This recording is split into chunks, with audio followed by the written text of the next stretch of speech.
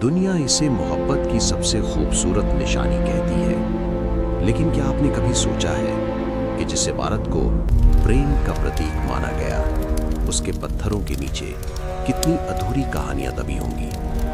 इतिहास हमेशा सच नहीं बताता। कुछ सच ऐसे होते हैं जो सिर्फ पत्थर जानते हैं।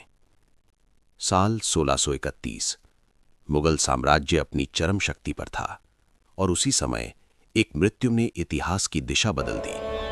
बुरहानपुर, एक शाही तंबू जहां बादशाह शाहजहां अपनी सबसे प्रिय बेगम मुमताज महल को खो देता है। 14वें बच्चे के जन्म के साथ मुमताज की सांसें थम जाती हैं और कहा जाता है उसी पल शाहजहां का दिल भी टूट गया। उस रात के बाद शाहजहां कभी पहले जैसा नहीं रहा। उसकी आंखों की चमक खामोशी में बदल गई और तभी एक कसम ली गई, ऐसी इमारत बनेगी जो समय से भी अमर होगी। यमुना नदी के किनारे एक जगह चुनी गई, एक शांत लेकिन रहस्यमयी जगह। हजारों कारीगर दर्जनों देशों से, संगमरमर मकराना की खदानों से लाया गया। हर पत्थर हाथों से तराशा गया, हर फूल पत्थर में सांस लेने लगा। कुरान की आयतें इस तरह उकेरी गईं कि ऊपर जाते जाते अक्षर बड़े होते गए ताकि नीचे से सब बराबर दिखे।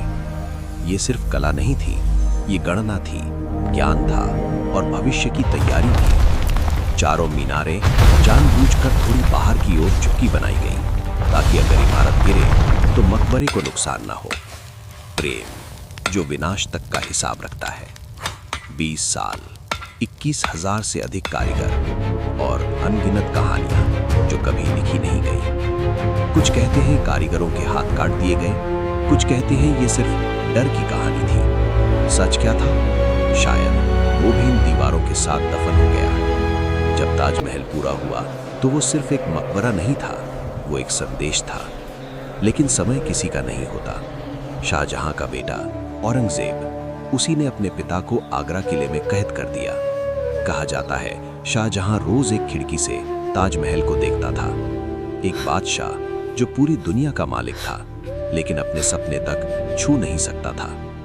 मृत्यु के बाद शाहजहां को मुमताज के बगल में दफनाया गया। लेकिन ध्यान दीजिए, मकबरे का केंद्र आज भी मुमताज ही है। कुछ इतिहासकार कहते हैं ये असंतुलन जानबूझकर छोड़ा गया। और फिर आती है काले ताजमहल की कहानी। क्या सच में यमुना के उस पार एक काले ताजमहल की योजना थी, या ये इतिहास का सबसे खूबसूरत भ्रम?